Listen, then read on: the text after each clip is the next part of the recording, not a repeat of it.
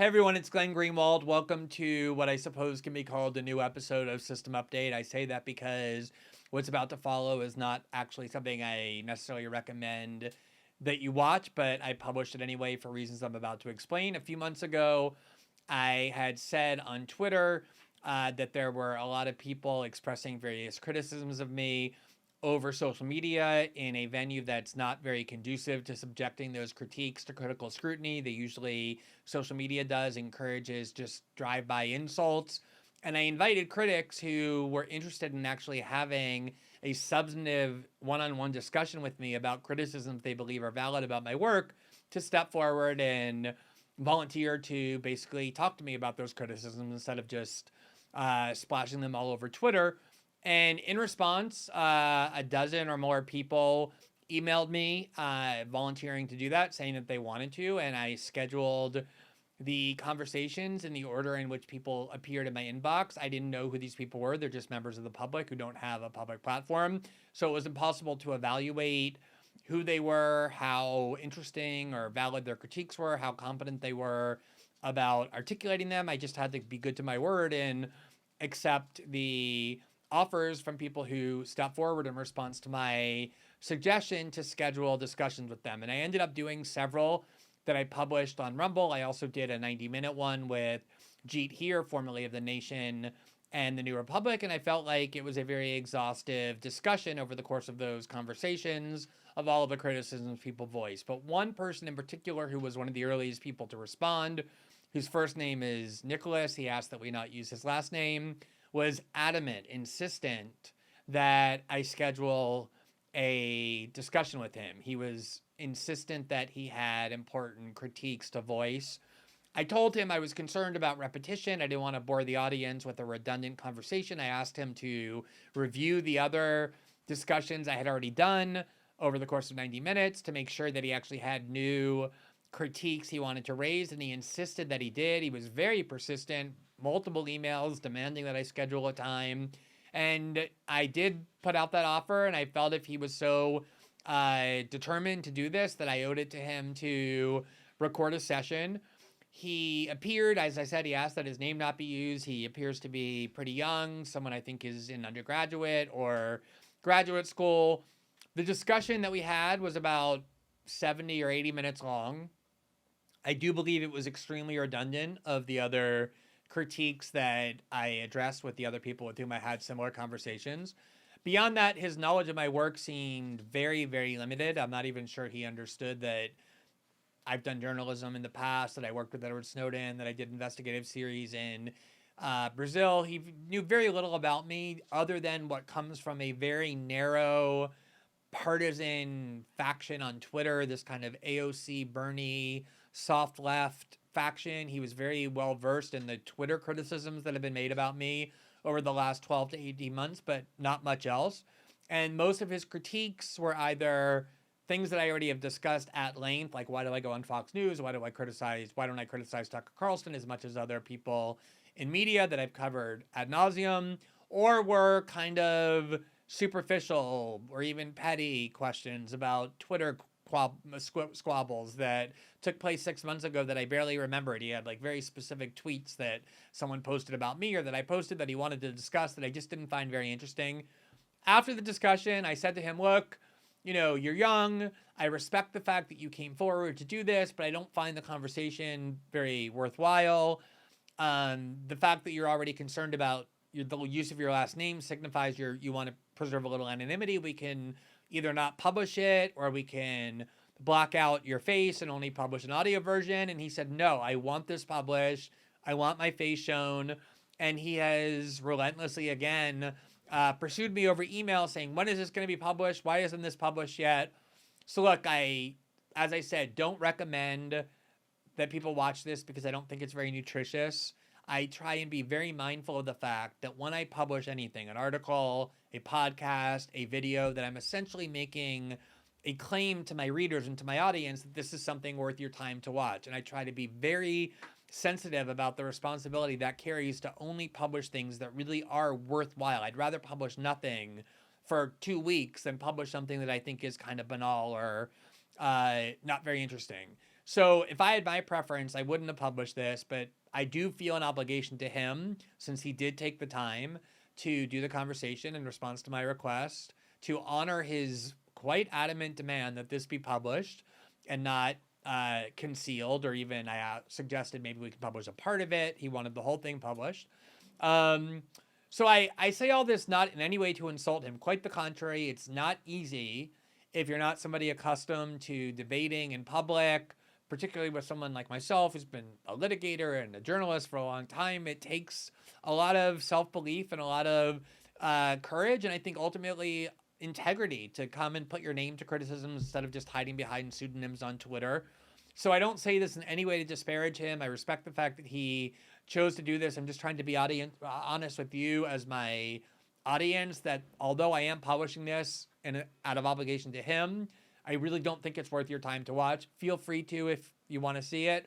But I am in an unusual position where I have this video that I, all things being equal, wouldn't publish, but nonetheless feel an ethical obligation to him and his insistence that I do. So for those of you who choose to watch, here's 80 minutes or so of my talking to Nicholas, a random critic from the public, about various Twitter squabbles while I go on Fox News and related topics. If you do watch it, I hope you enjoy it.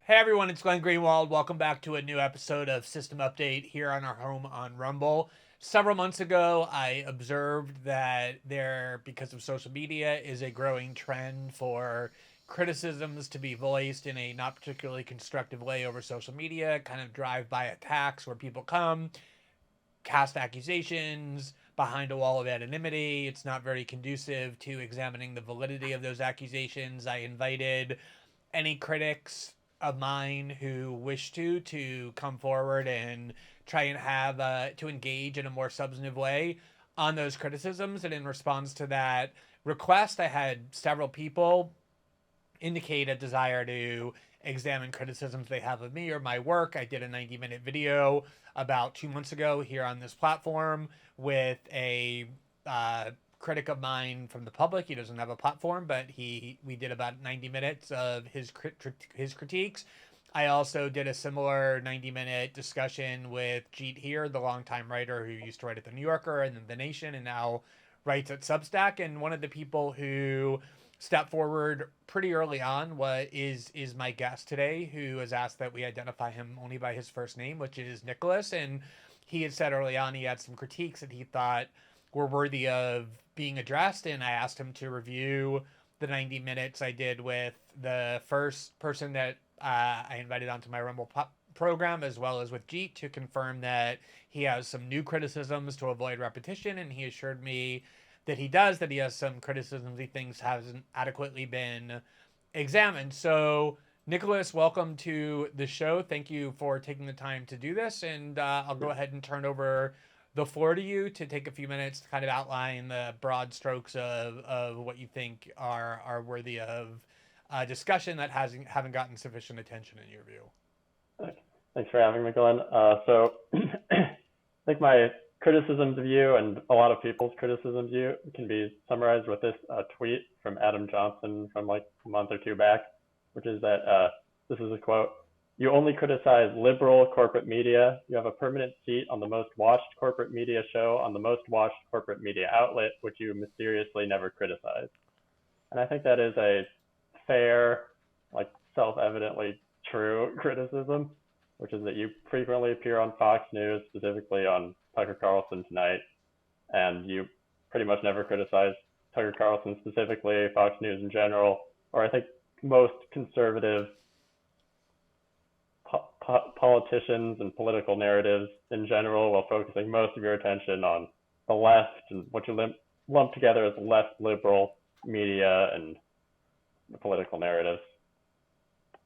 So, it's sort of an example of that. My first exposure to you was early last year. You responded to, I believe, it was a poll of LGBT Americans, I believe, and you highlighted a few facts there, like the percentage of Americans identifying as transgender has increased by quite a bit.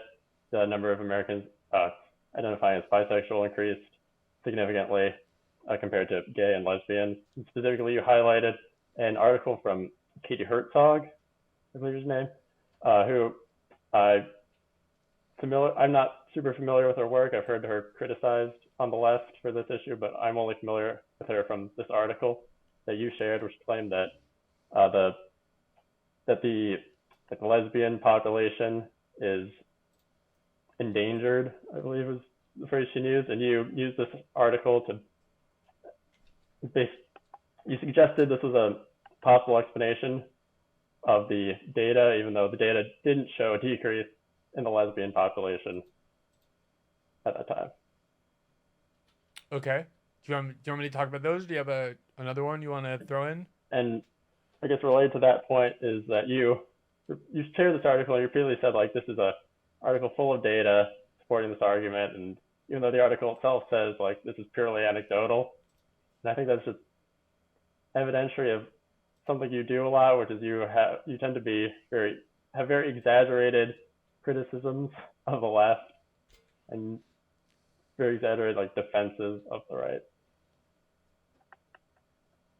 Okay. All right, so I mean, I can go ahead and address those. I think a little bit of this ground has been covered, but I think the criticism about the emphasis of my work and what I tend to emphasize, what I tend to de-emphasize, is probably worth some more elaboration. This has been a criticism of people in public life forever. I was steeped in the work of Noam Chomsky before I began writing about politics. Probably the person who has had the single greatest influence on my political and intellectual development in terms of someone who was working in law and then changed careers and began focusing on political debates. And the most common criticism of him is exactly the one that you voiced of me, although a slightly different iteration of it. The criticism that was often made of him was that he excessively focuses on the flaws of the United States government and almost never talks about the totalitarianism or human rights abuses of enemies of the United States, like Russia or China or a whole variety of other governments that he was often accused of either ignoring or even actively whitewashing in pursuit of his view that the United States was the greatest evil. In his argument or his response or his justification for why that was true, he didn't really deny that the bulk of his work was devoted to the evils of the United States as opposed to the evils of these other countries. But his justification for it was that so many people in the United States are so devoted to chronicling the human rights abuses of Russia and Iran and North Korea and China that he could spend his time doing that as well and kind of just echoing what everyone else already is saying. But he never really viewed that as a productive use of his platform, precisely because it was being done by so many other people, particularly who spoke to US audiences, that he felt it was his responsibility to critique the evils of his own government, in part because he could actually do something about that, but also in part because he felt like it was the greater evil, that the United States, as the most powerful country in the world, needed more accountability than these other weaker countries did, but that the framework had been kind of reversed, where in US discourse, these weaker countries get far more criticism, especially the ones that are enemies of the United States. So when I began writing about politics, that's exactly how I always tried to use my platform to cover issues I felt were getting insufficient attention rather than ones that were being extremely well covered by an endless number of other people.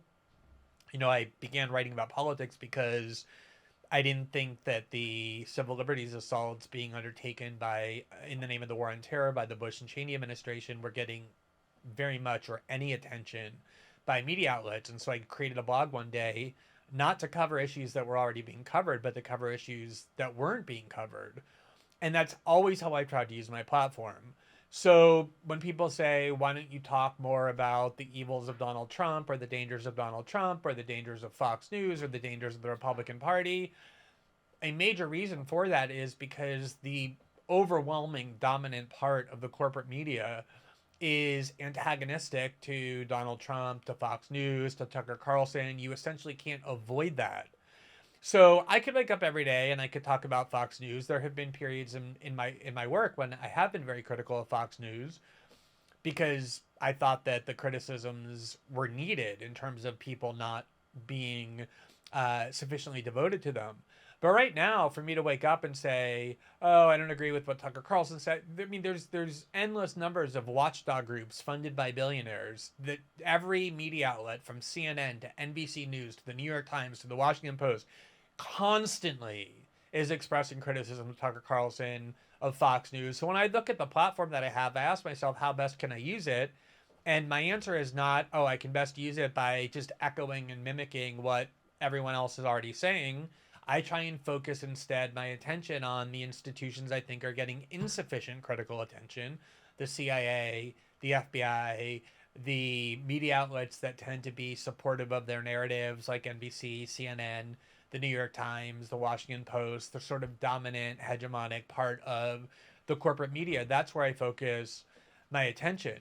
That said, it's an exaggeration to say that I don't ever criticize Fox, that I don't ever criticize Tucker. I've been very vocal about the fact that, for example, when they cover free speech attacks, they typically are very one sided in the way that they do that. The most kind of prolific free speech assaults take place not aimed at American conservatives, but against defenders of Palestinian rights. I've tried to get on Fox News with reporting I've done before about attacks on the free speech rights of advocates for Palestinians, about the attempts by Republican governors to all but criminalize advocacy of a boycott of Israel. And I haven't been able to get on Fox News to talk about that. And I've been critical of Fox for that failure to be even handed in their coverage, for example, of free speech debates. I've been critical of Fox about agitating for regime change, interference, or operations in Cuba, or confrontation with China on the grounds that it seems to conflict to me with American first principles of foreign policy. So I do criticize Fox freely and openly, as I just did, when I feel like it's a justifiable or an effective use of my platform. But what I don't do is just try and jump through the same hoops that everybody's supposed to jump through to prove which side that they're on, because I didn't create a journalistic platform in order to say what everyone else is saying. So that's kind of the first topic you raised. And then just briefly on the second, I very rarely talk about culture war issues, despite claims that I focus on them.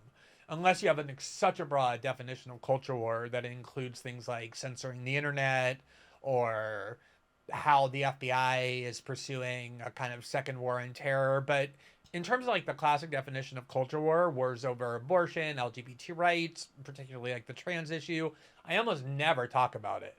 That said, there are occasions when I feel like it's necessary to amplify voices that I think need to be amplified. I don't know what your background is or what your experience is, but growing up, the gay and lesbian community was an extremely important part of my personal and political development.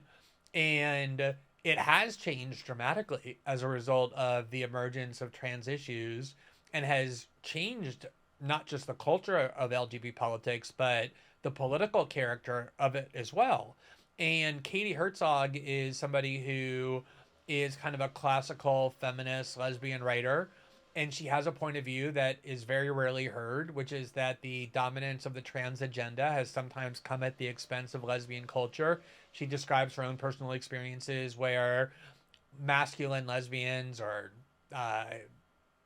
what you might call sort of just more like masculine dykes in lesbian culture, are now increasingly being told or self-identifying as men. Not There's no longer space for masculine women. People are now saying, if you're a woman who likes to wear your hair short, or you like to play sports instead of playing with dolls, that it doesn't mean that you're a woman anymore. Now it means that you're a man. And there's a large number of women who 20 years ago would have been masculine lesbians, who now instead are transitioning to becoming men, and that's affecting lesbian culture in a significant way. And I think that lesbian voices like Katie Herzog should be aired and have a right to have their own experiences be discussed. And that polling data did reveal a gigantic increase in the number of people who are identifying as trans or who are identifying as bi, but a much, much, much slower increase in the number of people identifying as gay men, and particularly identifying as lesbians. So you're right, like my wording on Twitter in that one tweet wasn't particularly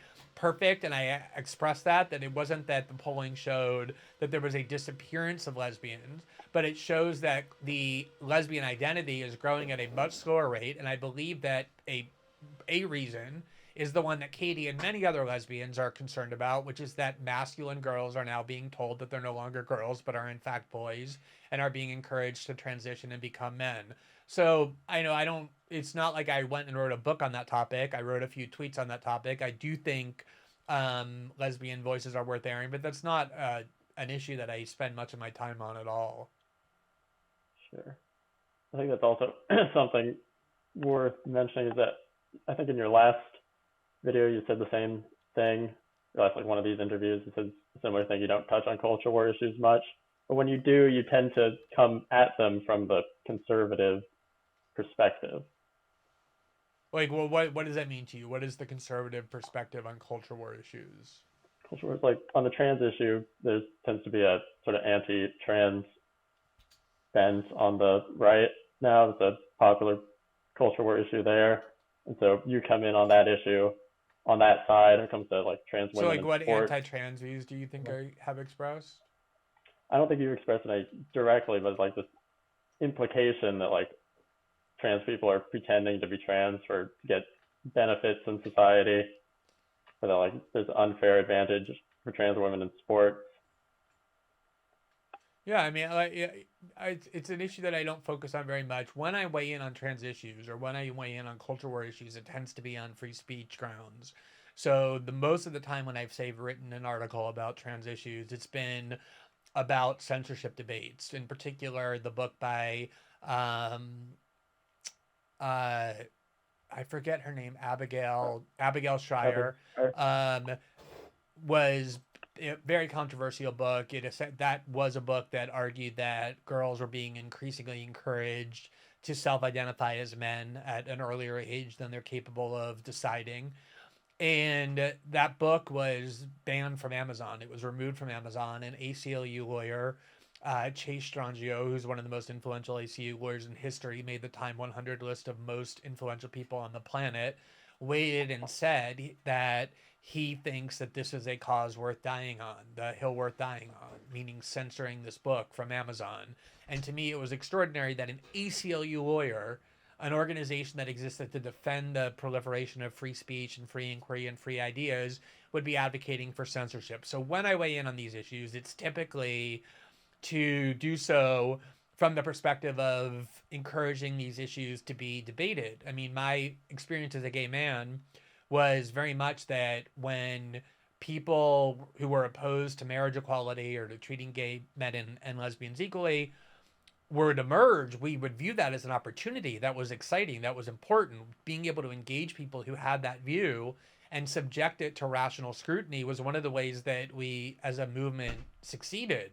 And I think that open debate is a crucial way that marginalized groups can end up persuading other people to think differently about the situation in which they live. I don't think censorship ever helps. So again, I don't know what your own experience is, but my own experience as a gay man, as a member of the gay and lesbian community, as being very central to my development, leads me to want these issues to be aired because I think that that is the best way progress can be made. Right. So I guess going back to the Fox News thing, personally, I haven't seen any of your criticisms of Fox News on China or free speech. I'm going to take that on faith that those actually exist. But so recently, like last month, Tucker Carlson hosted on his show a guy named Jesse Kelly, and I forget what his actual deal is. And there's a interesting quote. Yeah, and he said that like he thought that the U.S. military needed to be remasculinized for people who were eager to be able to sit on a throne of Chinese skulls. Is that what you're referring to? Yes, and I didn't comment on that, correct? This is the first time I'm hearing you talk about that. Okay, but And do you feel like that? Do you feel like that didn't get much attention from you? No, but I mean in general. I felt like I got enough attention in general, but so what value would there have been in my manifesting? Well, because you frequently appear with Tucker Carlson, you frequently support his work and promote him, so it would be useful for you to say a criticism of this, because I assume his supporters and his viewers take you as a, I don't know, like a believe in you, I guess. I mean, I guess what I don't understand is, where this obligation comes from. I mean, Tucker Show isn't the only one that I appear on frequently. I appear a lot on the show Breaking Points, hosted by Crystal Ball and Sagar Angetti. I appear a lot on Rising, which Crystal and Sagar used to host and is now hosted by kind of a switching roundtable of hosts such as Ryan Grimm, my former colleague at The Intercept, and Robbie Swaby, who writes at Reason, and a couple of other hosts. And I appear on other shows frequently as well. I appeared on Democracy Now! Probably more than any other over the course of a decade, and nobody ever imposed on me the obligation that I act as sort of like a floating ombudsman, that every time there was a controversial segment on that program, I was required to comment on it by virtue of the fact that I appear on that show frequently. I don't really watch Fox News except when I'm on it. I don't understand what the obligation is that I have to comment every time some guest says something that other people don't like. Like, I think what you're looking for is that I'm supposed to use my platform to signal to people what my values are. Like, I'm supposed to rise up and say, oh, I'm opposed to this comment because liberals are offended by it or the left is offended by it, and that's the way that I'm Well, no, supposed you to should signal to say them. you're opposed to it because you're opposed to the comment. Yeah, but I mean, I'm opposed to more things every day than I could possibly devote myself to. I mean, every single day there are things that people say, there are things that are aired on television, there are things that are said by political leaders that I'm against, that I oppose, that I think are wrong. And they have to make choices about how I devote my time and attention and my resources because, like everybody else, they're finite.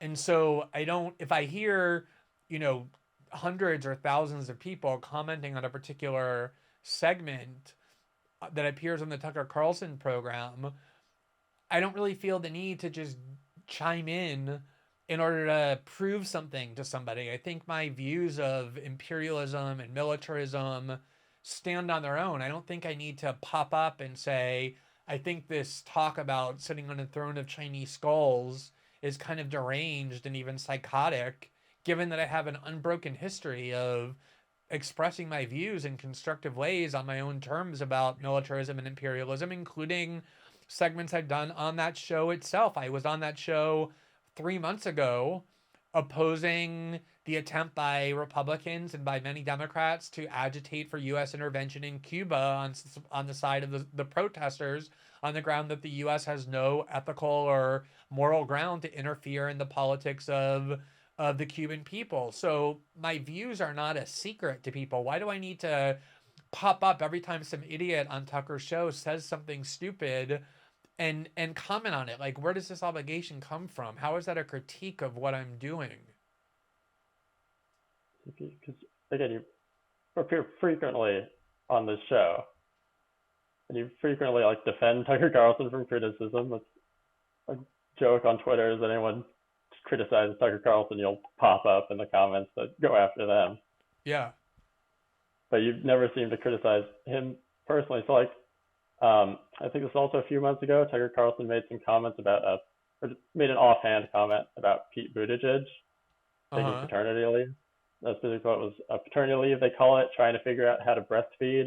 No word on how that went.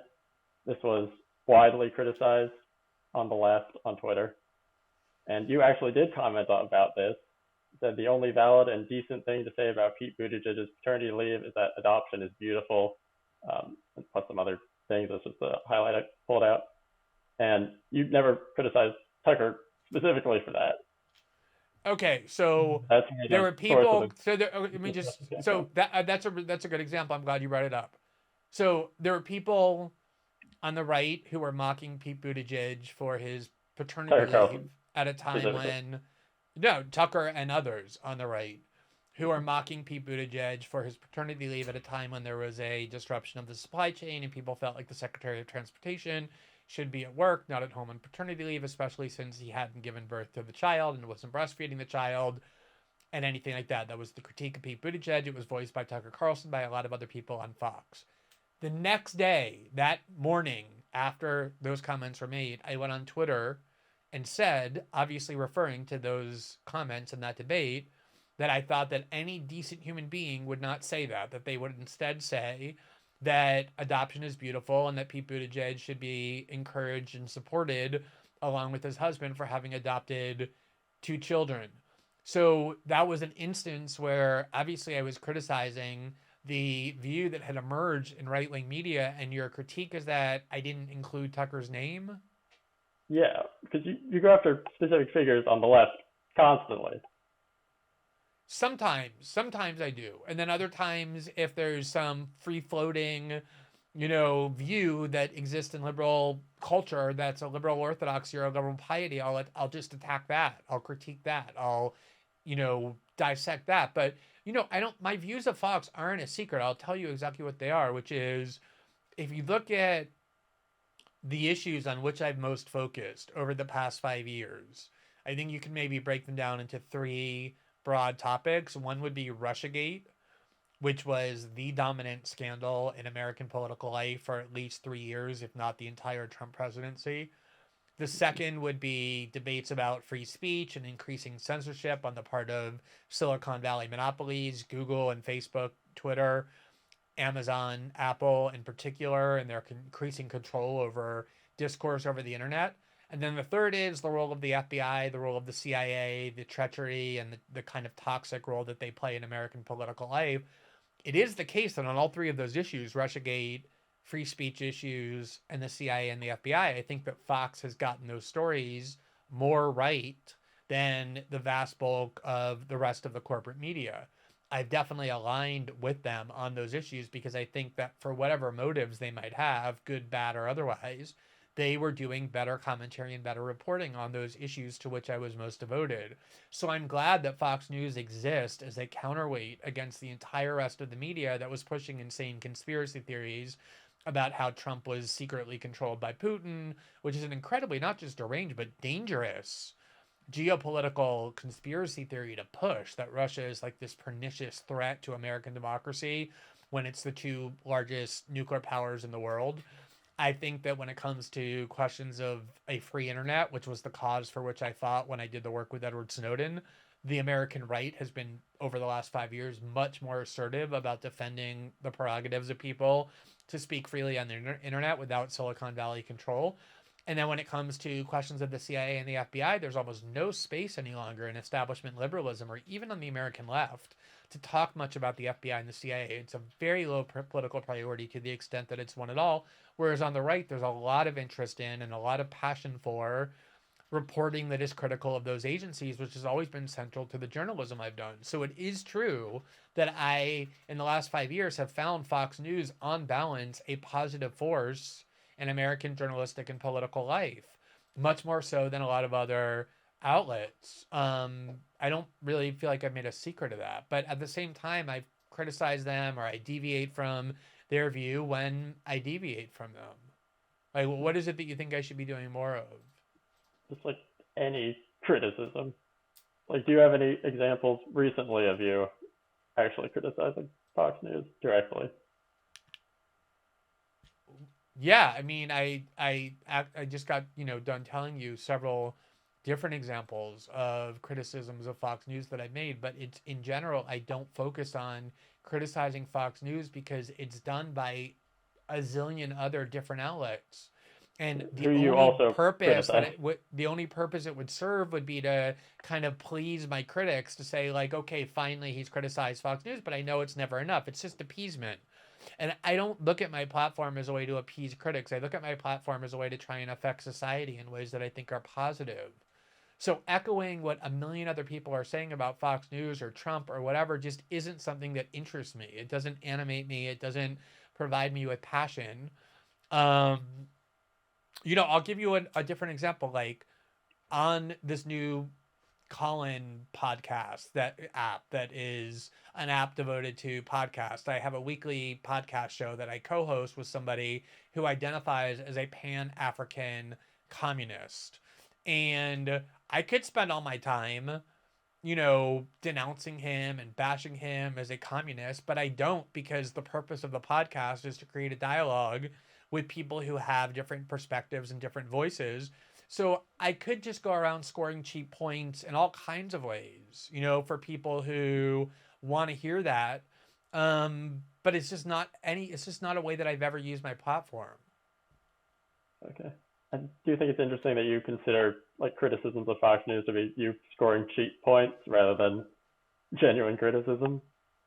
But Well, this is what I mean. Like, if they're like in the early years of the War on Terror, when I first started writing about politics, the orthodoxies of Fox News that were supportive of the Bush Cheney War on Terror were oftentimes not challenged because the War on Terror had created this media groupthink and this kind of consensus among not just Fox News, but also the liberal corporate outlets that was very much based in the idea that the patriotic duty of people was to support the Bush administration and its war on terror as a result of how traumatized 9/11 was. So, because there was a paucity of criticisms of Fox News, I did criticize Fox News constantly. I spent years doing so. And I had, during the Snowden reporting, a lot of kind of conflictual segments where I went on Fox News to talk about the Snowden reporting with hosts who were somewhat hostile to at least parts of the reporting. So I understand the role that Fox News plays in the world. I've written books that include lots of criticisms of Fox News.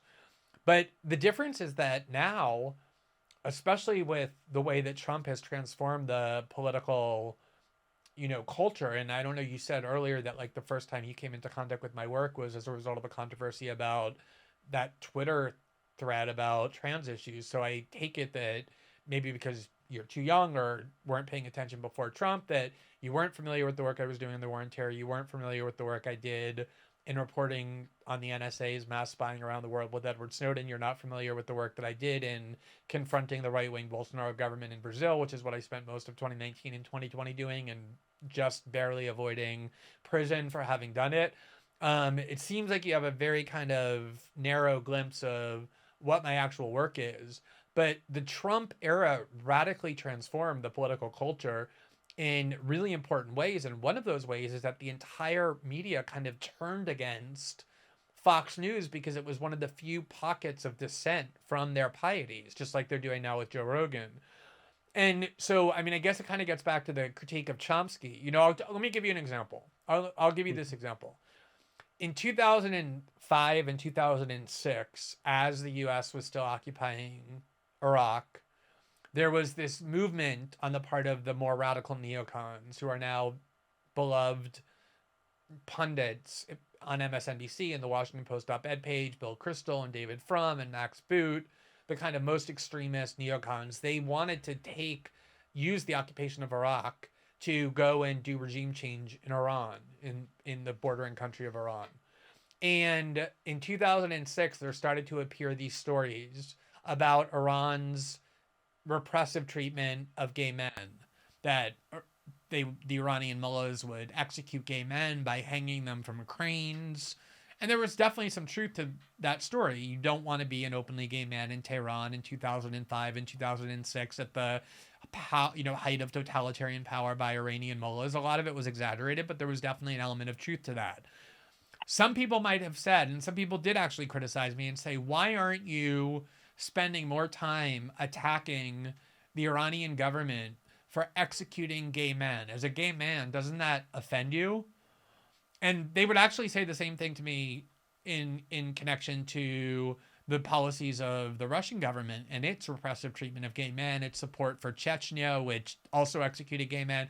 Why aren't you criticizing Russia more in its treatment of gay men? Why is it that that's something that you ignore? And the reason is because I knew in 2005 and 2006 that the effect of jumping on this bandwagon and talking a lot about how the Iranian government was persecuting gay men was not that it was going to make life better for gay men in Iran, because that wasn't the reason it was being raised. The reason it was being raised was to demonize the Iranian government, to kind of gin up hostility, to lay the groundwork to allow Americans to cheer regime change against Iran by having demonized the Iranians to such an extent that people were in favor of it. And so I never talked about the treatment of gay men by the Iranian government, because obviously not because I supported that repression or because I didn't think it was important. Of course, I was opposed to it and I thought it was important. It was because I asked myself, what is the effect by using my platform to denounce Iran's treatment of LGBTs. It's not going to be to improve the lives of LGBTs. I don't have any effect on Iranian civil society. I don't speak Persian. I don't have an audience in Iran, a very significant audience or a lot of influence there. The effect would be that it would help gin up hostility toward the Iranian government in order to make regime change more likely. So if I were now to use my platform, and I ask myself, why don't I use my platform to attack Fox News? I ask myself, what would be the benefit of that? There's already this entire very well-funded machine of corporate media and billionaire-funded watchdog groups like Media Matters that do nothing but attack Fox News all the time. So the only purpose of my doing that, besides, I guess, improving my image among certain people on the left like yourself, which I don't care about, would be to kind of feed into the idea that Fox is this uniquely toxic source of disinformation and hatred, which I don't think is true. I'm glad Fox exists as a counterweight. I don't have a desire to feed into the idea that it needs to be destroyed. So I don't see the broader cause that would justify my choosing to focus on the evils of Fox as opposed to the evils of a million other things that get far less attention. That's really what it comes down to. Okay. Well, I don't think you would be playing into that narrative that Fox is uniquely evil, because you do spend a lot of time criticizing, less liberal media for what you consider like conspiracy theory and fear mongering and stuff like that. And like the difference there with your criticisms, the people criticisms of you not criticizing Iran, is that, like you said, you didn't have a large Iranian audience. You do have a large Fox News audience. Yeah, That's why criticizing. I do. And the reason I have a large Fox News audience is because I'm able to go on Fox News and speak about a lot of issues that otherwise people who listen to Fox News wouldn't really be hearing. Well, that's not true, though. You go on Fox News a lot to criticize the intelligence agencies, and one of your points that you love to bring up is that the right doesn't like intelligence agencies anymore. Yeah. You know why? Because Fox News has become a venue, one of the only mainstream venues where you can actually go and talk about the evils of the CIA and the FBI and the NSA. And when I go on there, I don't just confine it to Russiagate. I talk all the time about the abuses of the First War on Terror. And I get emails all the time from people who have heard me on Fox or have now read me as a result of my being exposed to me on Fox, who say things like, I was one of those people who thought that all of these extreme powers of putting people in prison in Guantanamo without due process or spying on people in the name of terrorism was justified because of the threat, and I now regret what I've done. I now realize that trusting government in that way was wrong. I've really reconsidered, in part because of your arguments. I see now why that kind of mindset can be really dangerous. So the ability to go on and speak to millions of people about the evils of these agencies, not just what they did to Donald Trump, but what they've been doing for decades, I think is an incredibly important opportunity, an incredibly valuable opportunity that I would be morally reckless to give up. I mean, I think that does as much good as any other work that I've done. Sure. Like I said, I just think it would be useful if you made some other criticisms of Fox News at some point, but I'm going to move off this topic now, if that's all right. Okay, yeah, sure. It's a related topic. Since we're on the subject of intelligence agencies, you've been very supportive. Good. Of the narrative that like the FBI had a lot of involvement in the January 6th insurrection, is what a lot of people call it, and particularly in supportive of Tucker Carlson's belief that the FBI was involved in this. Middle last year, Tucker claimed that the FBI was organizing the January 6th riots. On Twitter, you claimed that he wasn't, and a lot of people called you out for lying about that. More recently, you put out a tweet about Ray S., who's sort of part of this conspiracy theory on the right, claiming that the New York Times confirmed that the FBI had informants and other agents participating in the organizing of January 6th, which as far as I'm aware, there hasn't been any evidence of that.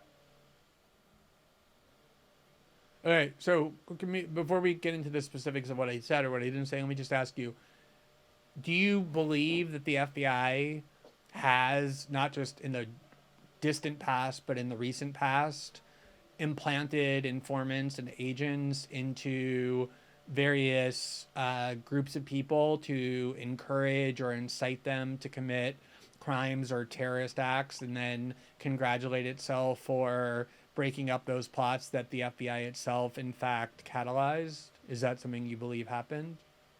I don't know. I believe they have informants definitely, and I can believe that incitement could happen. I don't know. This is what's her name, Governor Whitmer, Uh huh. Yeah, well, so I mean, I think this is a good constitutional example organization. of like people who began paying attention to politics as a result of Donald Trump. I mean, I'll just tell you my own experience as a journalist covering the war on Mm-hmm. terror for 10 years or more. One of the worst things that the US government did, and the FBI specifically did as part of the war on terror, is that they would target young Muslims who were vulnerable to manipulation for a variety of reasons, oftentimes because they were emotionally unstable, other times because they were financially desperate because of poverty. And they would catch some Muslim committing a crime, like an unrelated crime, like embezzlement or bank fraud or whatever. And they would say to them, "We will give you leniency in this crime we just caught you committing if you agree to act as our infiltrator and start going to this mosque where we suspect that there are radicals, and see if you can get people to agree to join a plot so that we can root out radicals on American soil." And they would send these informants into these mosques, and they would like befriend 21-year-old kids. Sometimes they would even offer them money. They would say, "We'll give you $20,000 if you participate in this plot." Other times they would use FBI psychologists, very advanced psychologists, to manipulate these kids into like believing that it was their religious or their, moral duty to engage in violence against the U.S. And many times the judges who sentenced these kids to 30 or 40 years in prison because they finally agreed at the behest of FBI informants or FBI agents to join a plot they never would have previously thought of on their own, let alone pursued. The judges themselves said that these were plots that were driven by the FBI, that the encouragement came from the FBI, and that they converted these people maybe into like who were already kind of radical in the sense that they were angry at the United States foreign policy, into people who were willing to get off their couch or get off their YouTube channel and go and actually do things. And it was the FBI itself that was driving these crimes. And the FBI created this immense fear for years about the threat of Muslim extremists on American soil using these tactics. And I reported on these cases forever. So did a lot of other people who journalists associated with the left, and the left was highly supportive of this reporting and outraged that the FBI was doing this. And like the fact that you seem not to be aware that the FBI does that they only kind of just use informants to try and figure out what is already being plotted by criminals, not that they themselves are inciting criminality, to me is really disturbing. It does show how the Trump years took large sectors of the liberal left, especially younger people who began paying attention because of fears of Donald Trump, and kind of whitewash the crimes of the FBI and the CIA, so that now if you hear somebody like me talk about what role FBI informants played in invoking, in inciting, or in encouraging the January 6th protesters, it sounds to you like a crazy conspiracy theory, like something the FBI would never do. Why would the FBI do something like that? When in fact the FBI has been doing that for decades, and in fact was doing it very recently as part of the first war on terror against young Muslim men on American soil. Mm-hmm. Yeah, this is actual, like, genuine question. What do you think their intentions were if they did organize January 6th? I don't think, I think one of the problems here is that it's being discussed in these caricatured binaries, that either it was like a false flag, that, it was like the FBI did 1/6, and that there were no actual Trump supporters responsible for the violence that took place at the Capitol. It's either that extreme, this like cartoon version, almost like a 9/11 truther theory, or the FBI had no role at all. I think the truth lies in the middle. I think clearly the FBI had informants in the three key groups that it alleges organized the January 6th protests, the three percenters, the Oath Keepers, and the Proud Boys. We know for certain the FBI had informants in all three of those groups. In fact, the leader of the Proud Boys used to be a confirmed FBI informant. The Gretchen Whitmer reporting demonstrates that the FBI had infiltrators, at least half of the people plotting to kidnap Governor Whitmer. A major story that was released before the election, though without these critical facts, were themselves acting at the behest of the FBI. The New York Times confirmed what the New York Times confirmed was that the FBI was communicating with one of its informants who was present at the January 6th riot as it was unfolding. We don't know how many other informants the FBI had on the ground and as part of the planning because the FBI won't tell us and the congressional committee is not investigating. So my argument is not that the FBI did 1/6 in the sense that people claim the Bush administration did 9/11.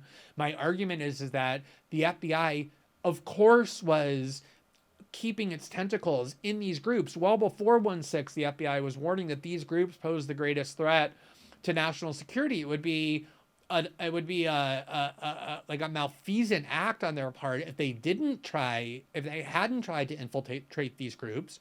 And so the question becomes, what did the FBI know about what was being planned?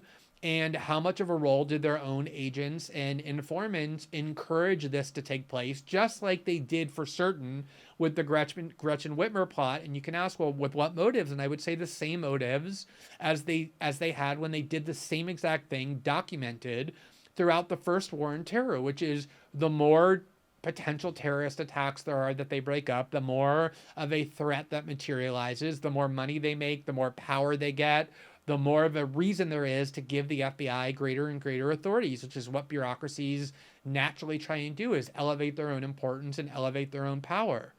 And so if you're the FBI and you're out there warning that the greatest threat to national security are right-wing domestic extremists or domestic extremists in general, you need to show the public that there are actually dangerous groups. And one way that you do that is you send informants into these groups and try and incite them or encourage them to commit crimes so that you can then go and hold those crimes up as evidence that this threat actually exists.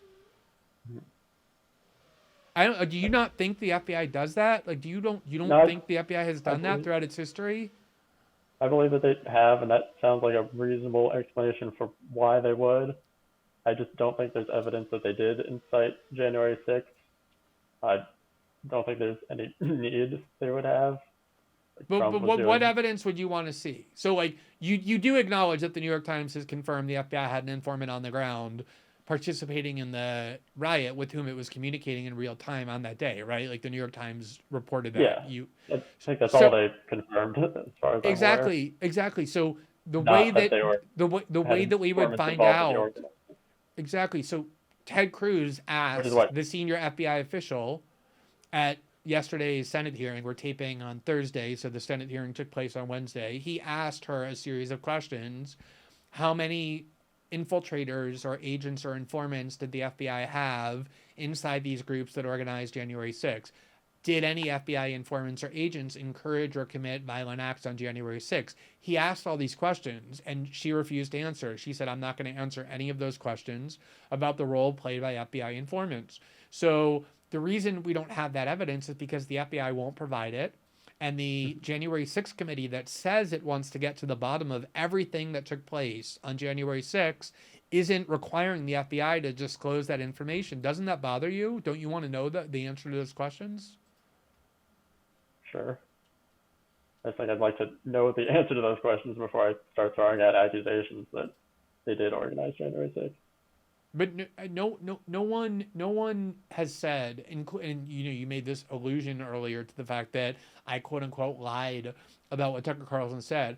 I've been on his show many times to talk about this issue, so I can tell you what I've heard him say many times, which is that there's reason to believe that the FBI had infiltrators and informants in the key groups that the FBI itself says organized January 6th, which is undoubtedly true. Of course they have informants in the Proud Boys, the Three Percenters, and the Oath Keepers. And so That evidence, combined with the fact that there are obviously major players who we know helped organize January 6th, that we know were responsible for the violence on January 6th, still have not been indicted, even though 700 people or more have been charged with crimes, obviously leads to the question of what role the FBI played in January 6th. No one, including Tucker Carlson, has definitively asserted the proof that it's the FBI that did 1/6. What he has said, and what I certainly agree with, is that a lot of what we know about what the FBI has done and did in this case leads to the suspicion that their role was a lot greater than what we currently know. This is the direct quote from Tucker Carlson. They were almost certainly working for the FBI. The FBI operatives were. What was the word before certainly? They were almost certainly. Almost certainly. Certainly working for the FBI. So FBI operatives were organizing the attack on the Capitol, according to government documents. That is clearly true. Do you doubt that the FBI had informants and agents embedded in the Proud Boys, the Three Percenters, and the Oath Keepers, the three groups that were responsible for the planning of the January 6th riot? That's not. The quote says the FBI operatives were organizing the attack on the Capitol. Those are the groups that were organizing the attack on the Capitol, according to the FBI. But like FBI operatives individually were organizing it, not that there were individuals within these groups that were organizing it. FBI informants are embedded in the top levels of these groups. As I said, at least half of the people plotting to kidnap Gretchen Whitmer turned out to be FBI agents or people acting at the behest of the FBI. The FBI is all over these groups. But that hasn't been proved for January 6th yet, that they were organizing an attack on the Capitol.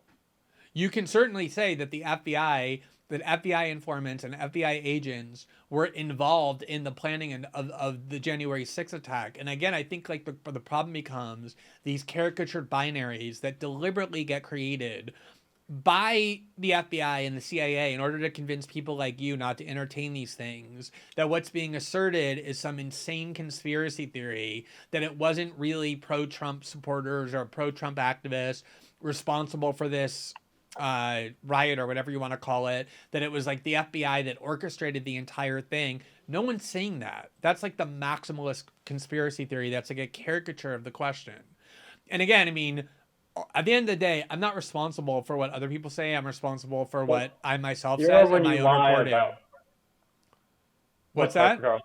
You are when you lie about what other people say. You can use that word lie all you want, but it doesn't actually make it true. So I know, and this is the kind of thing that happens. Like there's like on Twitter, someone like comes and I think the snippet that you read is like 7 words torn out of its context. I've heard Tucker Carlson talking for hours about the questions about the FBI's role in January 6th. So some like leftist comes and tears 7 words out of context and posts it all over Twitter. And now you're convinced that Tucker Carlson's view. I know. Do you watch Tucker Carlson's show? Have you like sat down and watched it from start to finish? I've watched a lot of clips of it. Right. You watch clips when it appears on your social media feed prepared by groups that are intending to make Tucker Carlson look as bad as possible, right? Like you don't watch Tucker Carlson. You don't sit down and watch Tucker Carlson's show starting from the beginning until the end.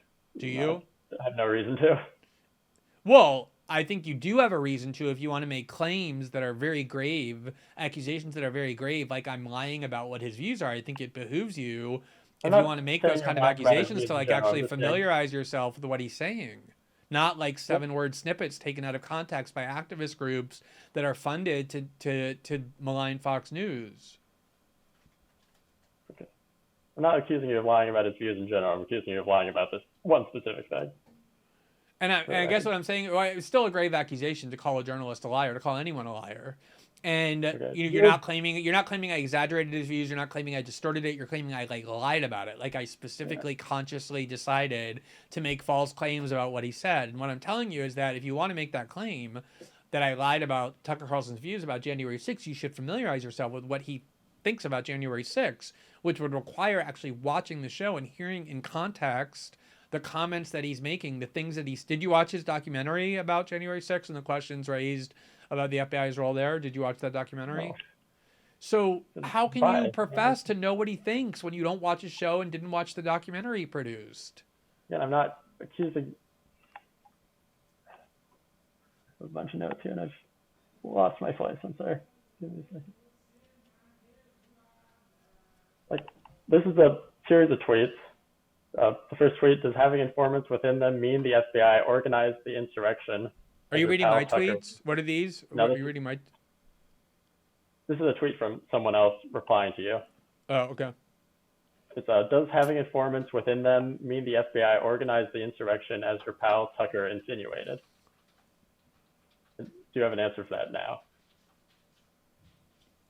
I don't think Tucker insinuated the FBI organized the January 6th riot. I think he insinuated that there's evidence suggesting that FBI informants played a role in the organizing that led to the January 6th riot, which I certainly agree with.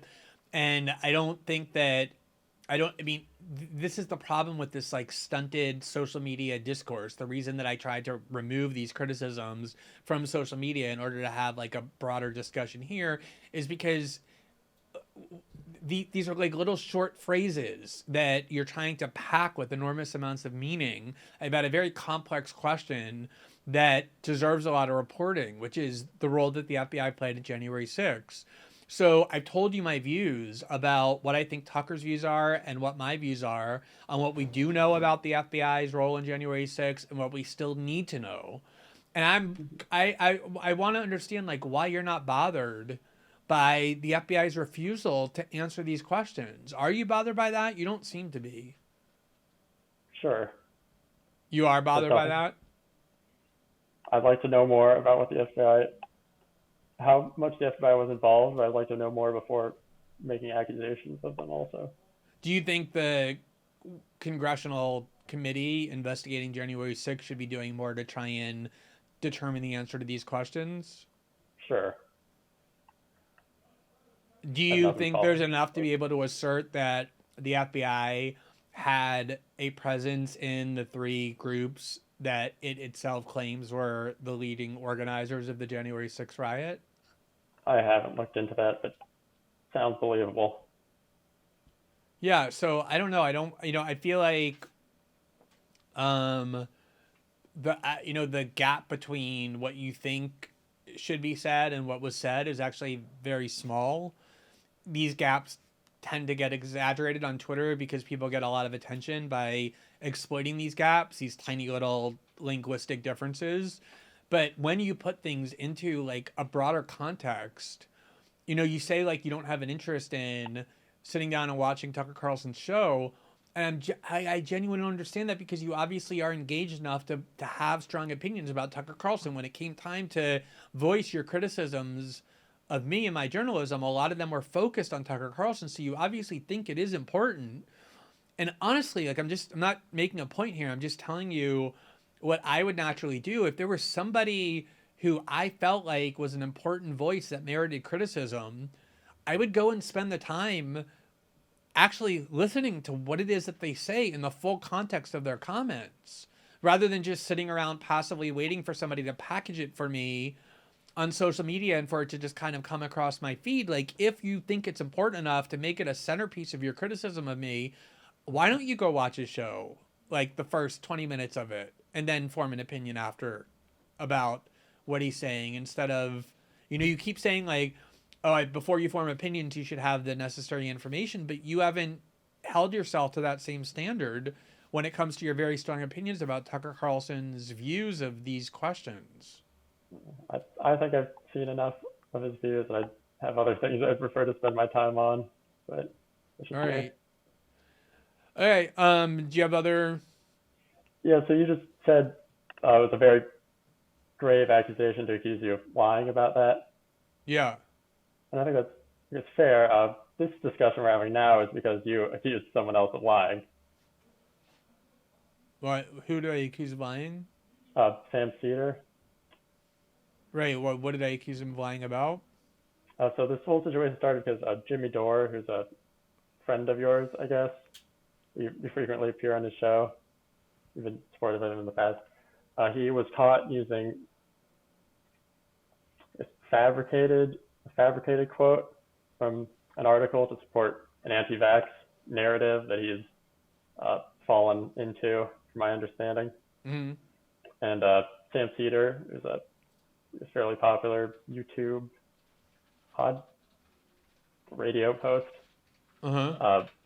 made a joke of, where do we take bets that this producer is fictional? And you completely ignored the whole Jimmy Dore situation, him being caught lying about something, and accused Sam Cedar of lying about Jimmy Dore's producer not being real. Even though that's not really I mean, what happened. your whole kind of like critique of me seems to be that I don't comment enough on other people. You know, I'm my own journalist. I do my own work. So I don't monitor constantly. I'm not like a floating ombudsman responsible for like commenting on Jimmy Dore, commenting on Tucker Carlson, and criticizing everything they say. Let me just finish. So in this particular case, Jimmy read a quote that had been mangled in a way that was journalistically improper, as he acknowledged. And he went and explained how that happened by saying that it was the fault of his producer. Sam Cedar claimed that Jimmy Dore made up this producer, fabricated the story. Claim that, to be fair. He said, I would bet anything. I don't remember the exact wording. It's not in front of me. Take bets that this producer is fictional. He didn't. Okay, yeah, okay. So that's not an assertion that Jimmy Dore is lying about this producer. Where do I take, like, if I go on and say, like, hey, where do I take bets that, like, Nicholas is an embezzler or a pedophile? That's not an accusation that you are those things? Of course, that's like a way of implying very strongly that you believe that what you're saying you want to bet on is actually true. So Sam Cedar saying, I'd like to bet that there's no actual producer. And in that particular case, I happen to know exactly who the producer is. And the fact that Jimmy fired that producer as a result of that incident. And so the insinuation Sam made that Jimmy had fabricated this producer, that there was no producer, that it was a non-existent producer, I knew was false. And so I said that. Why? What is your problem with that? My problem with this, there's a couple of problems with this. First of all, you accused him of lying, which is different than making a false assertion, I feel like. Let me ask you this question. If I were to go and say, hey, I just had this discussion on Rumble with Nicholas and he's actually a pedophile. That's an accusation. Would that be a lie? Yeah. I don't know if it's true or not. I mean, it could be true, right? But it would be me saying something with no basis whatsoever. But it would still be a lie, right? Even though I wouldn't know it was false, but it would be a lie, right? You would know that you have no reason to believe that. Exactly. A lie is either, and this is the definition of it under a law, either a comment that you make knowing it's untrue, or something that you state without having any basis whatsoever for knowing if it's true or false. That it's said with complete reckless indifference to its truth or falsity. So when Sam Cedar goes and says, I'm willing to bet that Jimmy Dore made up this producer, or where do I go to make a bet that Jimmy Dore made up this producer, he's insinuating something for which he doesn't have the slightest idea whether it's true or not. A very serious accusation to make about somebody without having the slightest basis for knowing. I don't know if you think that's ethical. That's your own ethical code. I don't think it is. I think it was a joke that you took way more seriously than the more serious part of this issue, which was Jimmy Dore using a fabricated quote, lying, I guess I would say. All right. I mean, I don't think. I mean, it kind of goes back to the way I was characterizing your claim that I lied about Tucker Carlson. When you accuse somebody publicly of lying, of making things up, it's a serious accusation inherently. You can hide behind, oh, I was just joking about it. I think it's a pretty slimy thing to do. I was just joking about it. I think the meaning of Sam Cedar's public tweet was very clear, which is that he believed that there was no producer, that Jimmy was lying and had made up a fictitious producer, which I knew for a fact was false. I knew for a fact that the implication Sam Cedar was spreading to hundreds of thousands of people about Jimmy Dore was untrue. And so I said that. Sure. So on the subject of lying and accusing people of things you have no way of knowing, in the middle of last year, There's the site Inverse. Are you familiar with it? Who? What? The site Inverse. I don't think so. No. No, they wrote an article, I think, about Substack that referenced you in it and certain apparently transphobic narrative of Substack, I guess, which was a big deal at that time. There was a comic book artist by the name of Cully Hamner who was interviewed in that article for an unrelated reason. I don't think he actually commented about you. You put out a tweet saying, Inverse is a site known for poisonous, anti-Semitic, and anti-LGBT content. That is especially true of the sources on whom it relies, such as Cully Hamner. So I feel like that's a blatant lie that you How put is that out. a blatant lie? Is he known for anti-Semitic, anti-LGBT content? I mean, is that not an opinion? You said it's true of him. Right. Do you have look, any evidence of that? I don't remember the context of this controversy, this little like Twitter spat, so I'm a little hesitant to comment on it. But in general, I think that one of the things that happens in left liberal discourse is accusations of bigotry are asserted almost as a reflex. People just assert it all the time. So I don't remember the article, but your recollection of it is that it alleged that there were a large group of writers who were transphobic, and I assume that I was included in that list. So one of the tactics that what? The specific accusation of you, I think, was that you were associated with right. Okay. Connected with transphobic statements. Yeah. So I don't know how I'm associated with transphobic statements. Unless I'm the argument is that because I'm on Substack, a place that airs transphobia, I'm somehow associated with it, in which case anyone who uses Twitter or Facebook presumably is associated with a whole range of views. I don't think it's a particularly fair, rational way to characterize someone or try and harm someone's reputation by saying they're associated with views by virtue of the fact that they're on a platform that other people use to express those views. So I think that one of the tactics that often is used in left liberal discourse is to try and smear people's reputation by unfairly accusing them of bigotry, which this article implicitly or otherwise tried to do with Substack writers by labeling us in some way associated with transphobia.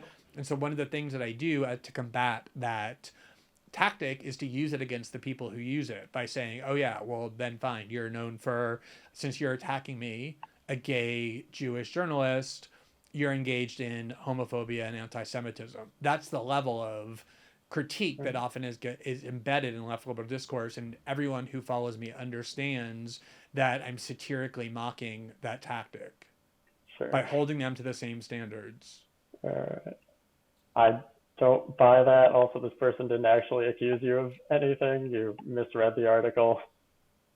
I mean, I just don't remember the details of this Twitter spat from 7 months ago or 8 months ago. I think I actually ultimately acknowledged that person didn't have the role I originally thought they had. I believe I acknowledged that, but my memory of it is very hazy because it's a very insignificant exchange. Sure. I feel like even if you did make the accusations you claim, your counter accusations were a lot more extreme and serious. I don't know. I think claiming someone's associated with transphobia is a pretty serious accusation in the context of our current culture. All right. Worst. I'm trying to see if I have any other relevant. I mean, I prefer if we can I feel like we're running kind of out of material. If what I want to avoid doing is quibbling about very specific Twitter fights. I'd rather have it be a discussion if it's related to broader themes of critiques, as opposed to hey, 9 months ago you had this fight with this one person on Twitter and you said this and they said that, and what about this? Just because I don't remember each fight, and it's very hard to discern what happened. And again, I think one of the problems is discourse as it takes place on Twitter is often conducive to misunderstanding and just very poorly reasoned attacks, which is why I'm doing my best to remove these kinds of discussions and dialogue from Twitter. Okay. Trying to think of any general. It's one of your favorite things is you lump everyone on the left basically into this big left liberal sphere where everyone loves the DNC and loves mainstream media. And then everyone on the right, you like try to pick out, you know, like this right-wing populist who you always support, and always promote, seem to take totally seriously in good faith. I think that's an issue. Yeah, no, I think, first of all, I criticize people on the right all the time. I mean, I just this week attacked a whole bunch of Republican members of Congress and Senate for going on Fox News and pretending to be populist opponents of big tech, while at the same time, when no one's looking, going onto the floor of the House or the Senate and serving lobbyists of Google and Facebook by impeding antitrust legislation. I've made that critique repeatedly, including within the last 3 or 4 days. I've attacked Republican members of Congress for being hawkish on issues of Russia and China, for wanting a Cold War, wanting to interfere in Cuba. So there is a huge division, an ideological split on the right.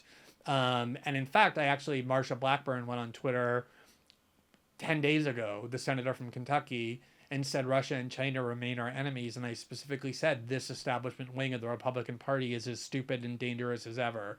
I don't know what more emphatic of a critique you could possibly expect me to make of the Republican Party, that particular wing of it, than that.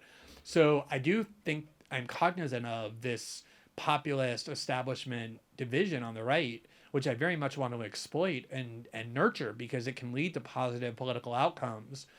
And on the left, in 2016, I was very focused on the war on the left between the supporters of Bernie Sanders on the one hand and the supporters of Hillary Clinton on the other. And there was no secret that I was very much supportive of the camp that was behind Bernie Sanders. And my critique of the left is that since 2016, when Bernie dropped out of the 2020 race, became a very ardent supporter of the Democratic Party, and when AOC did as well, the left, by and large, not entirely, there are still segments of the left that are more radical than the mainstream left, but that the mainstream left, meaning kind of the part that's associated with Bernie and AOC, have become far more captive to and dependent upon and subservient of the Democratic Party than I think is warranted. And so I'm very aware of the splits between establishment liberalism and American leftism. I've written about them at length. It's for a long time defined my political orientation.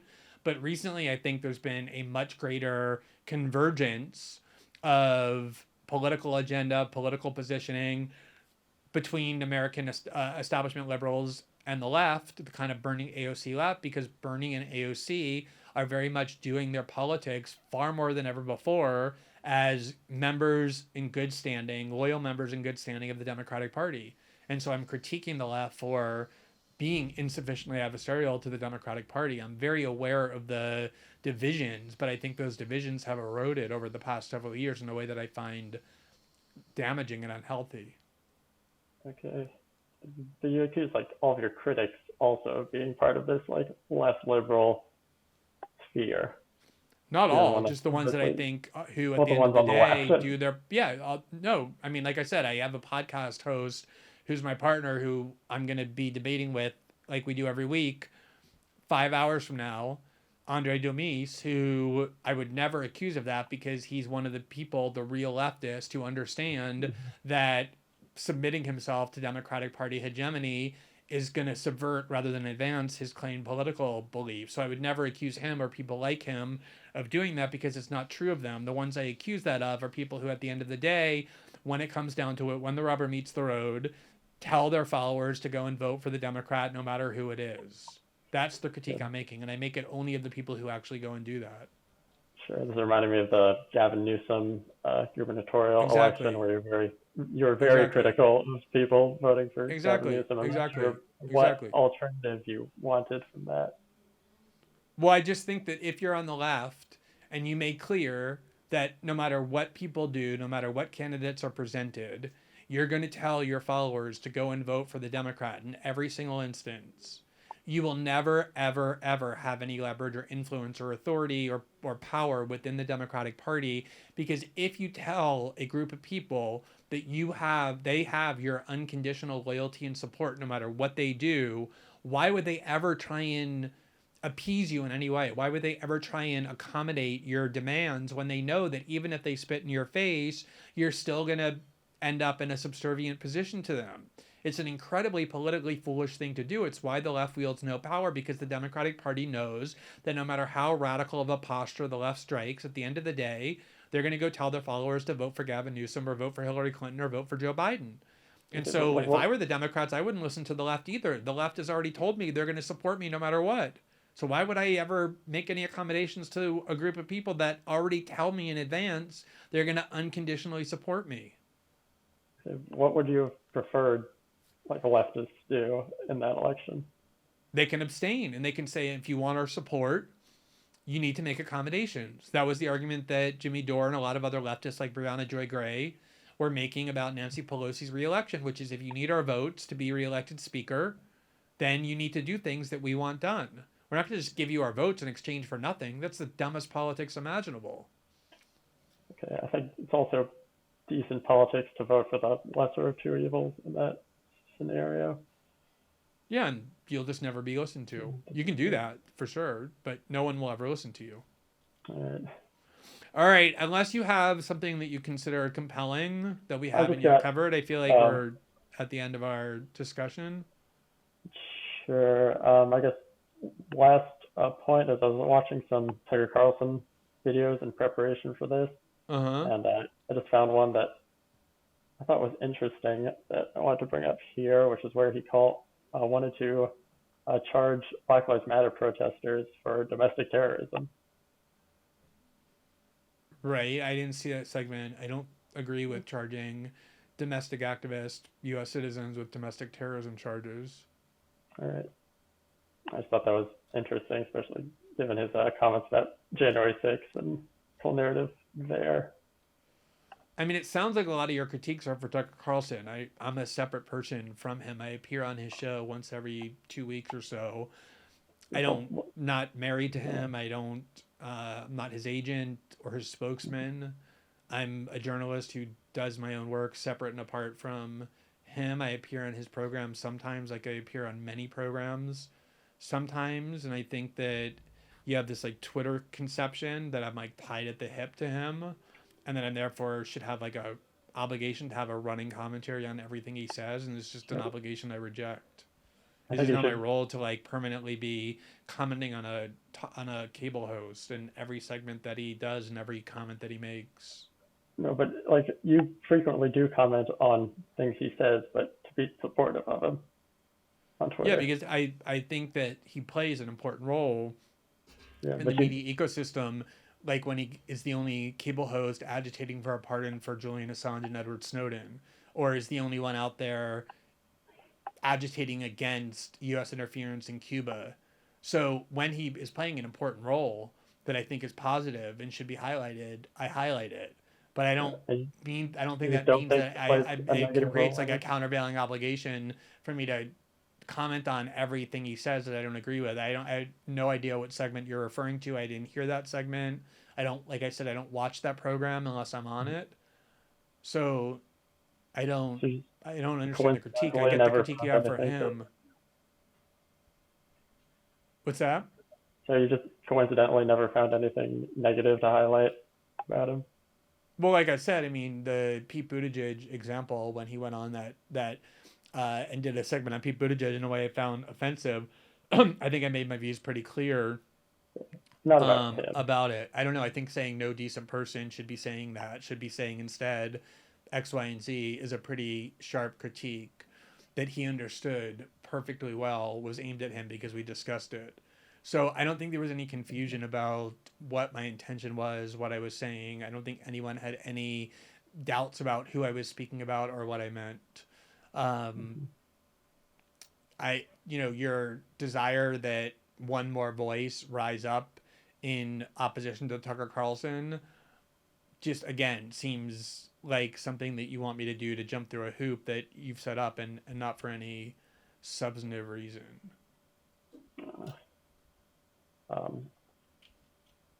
guess that's I had some comments about JD Vance, who you've been very supportive of, but that might be Yeah, I into mean, like, a long again, it's discussion. like, you have comments about JD Vance. I haven't been supportive of JD Vance. There are things Eh, JD Vance says that I agree with and that I that's highlight because I think it's important that there's space being created in the Republican Party for views that 10 years ago the Republican Party was completely hospitable to. That's a development I think is positive and noteworthy as a journalist to highlight, but it doesn't make me a supporter of JD Vance. It doesn't make me responsible for everything that he says. I don't cover the Ohio Senate race. And so if you have things that JD Vance said that you don't like, you should go tell JD Vance that you don't like those things that he said. I'm not JD Vance's spokesperson either. This is what you're the almost like 90% of your critique is not what I say or what I do in my journalism, but things that you think I'm associated, people are so that I'm associated with somehow are saying. And that's not a critique of me. I think it is because you do not critique them. You associate yourself with them, and then like I mean, I praise Ilhan Omar all the time. All the time. I praise her for her outspoken opposition to reigniting a new domestic war on terror. I praise her for her defense of Palestinian rights. I praise her for her very aggressive critiques of American imperialism. But there's also a lot of things that Ilhan Omar says that I don't agree with, but I don't feel obligated to denounce her each time she says something I don't agree with, because sometimes I also highlight and praise the things she's doing that I think are important. There are things that Crystal Ball and Sagar and Jetty do on their show that I think are important that I highlight when I think it matters. I just today highlighted and praised as a much watched segment something that Ryan Grimm did on the new Fauci emails. But a lot of times Ryan Grimm says something I don't agree with, but I don't feel compelled because I'm on his show a lot or because I praise him sometimes to go and criticize him every time he says something with what I don't agree. In fact, I don't remember the last time I criticized Ilhan Omar, Crystal and Saga, or Ryan Grimm, even though I've often praised them and appear on their shows. So I don't understand that why you're not why I don't have a countervailing obligation to criticize the people you like as well. like on the topic of Ilhan Omar, I looked into it. I think late 2020, I guess you had some criticisms of her that I think were in fairly bad faith. You were talking about the Logan Act. She made claims that like something didn't fall under the purview of the Logan Act. You disagreed and thought this was like a defense of the Logan Act and of, I think, John Brennan maybe. Uh, I don't I think thought anyone's defended Eliana more than I have, like in terms of being somebody with a mainstream voice in journalism. And the fact that I do have purchased and cachet among sectors of the right that tend to be extremely antagonistic to Ilhan Omar makes my defense of Ilhan Omar, I think, even more valuable. Just like it makes my defense of Jeremy Corbyn more valuable. I was just praising him for opposing vaccine mandates. I praised him for his critique of British foreign policy. My defense of Evo Morales, my journalism that I've done in defense of Lula da Silva, the left wing leader of Brazil, all of these things are part of the picture of the journalism that I do. And yet you have this like extremely narrow focus of like a very tiny strain of partisan kind of left liberal, this partisan strain of a left liberal faction on Twitter that gives you this like very myopic view of what I do and what my work is, and have an expectation that I'm supposed to just constantly accommodate this tiny little faction on social media to which you pay the greatest attention, when my work is actually much broader and more ample than your critiques suggest. But I just reject the idea that there's anybody that I'm supposed to have a running duty to critique simply because I appear on their show or because I occasionally praise the work that they've done. I don't think that's true for Tucker. I don't think it's true for Ilhan Omar. I don't think it's true for Ryan Grimm or Breaking Points or any of the other people with whom I'm quote unquote associated.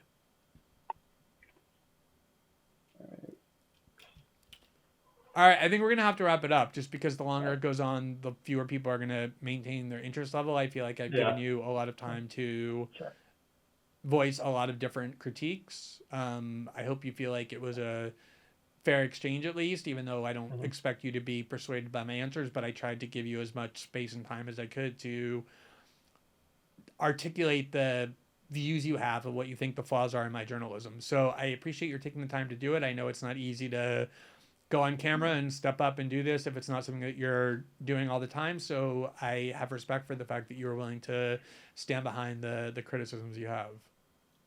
Thank you for having me. Okay, good. Thanks.